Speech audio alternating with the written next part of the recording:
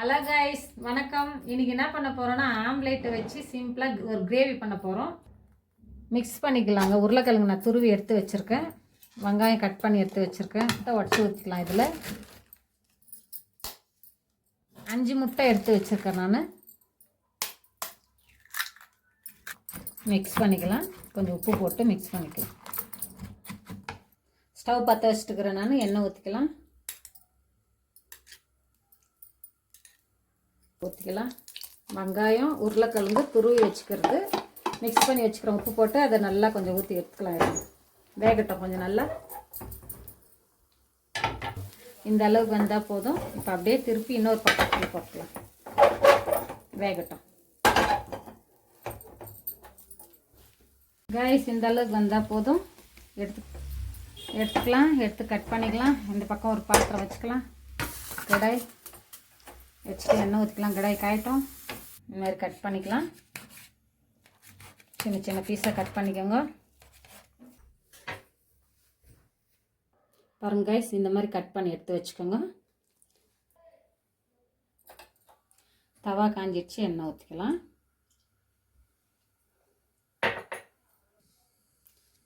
பட்டை லவங்கம் போட்டுக்கோங்க. கொஞ்சம் சோம்பு போட்டுக்கோங்க.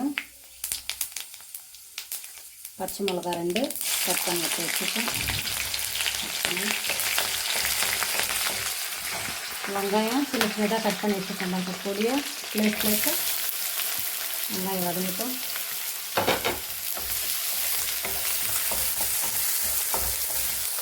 இஞ்சி பூண்டு பேஸ்ட் 1 ஸ்பூன் போட்டுக்கோங்க.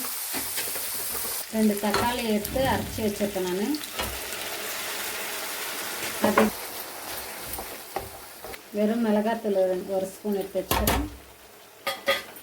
சிக்கன் மசாலா 1 ஸ்பூன் எடுத்து வச்சுக்கிறேன். இப்போ தேவையானாலும் உப்பு போட்டுக்கலாம்.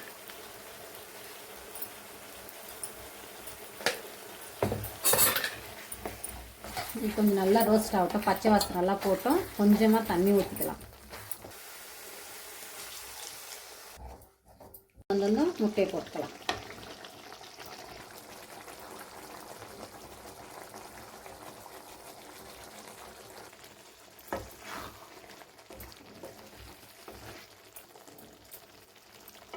ஆம்லேட் முட்டை கிரேவி ரெடி. இது சாப்பிடாதவங்க கூட நல்லா சாப்பிடுவாங்க. இந்த மாதிரி செஞ்சு கொடுத்தீங்கன்னா. முட்டை சாப்பிடாதவங்க சிக்கன் மாதிரி இருக்கும். சிக்கன் சாப்பிடாதவங்களுக்கு இது செஞ்சு கொடுக்கலாம். ரொம்ப சூப்பராக இருக்கும். சிம்பிளாக 10 நிமிஷத்தில் ரெடி ஆகிடும் கைஸ். அவ்வளோதான் கைஸ், ரெடி. நீங்களும் செஞ்சு சாப்பிட்டு பாருங்கள். பாய்.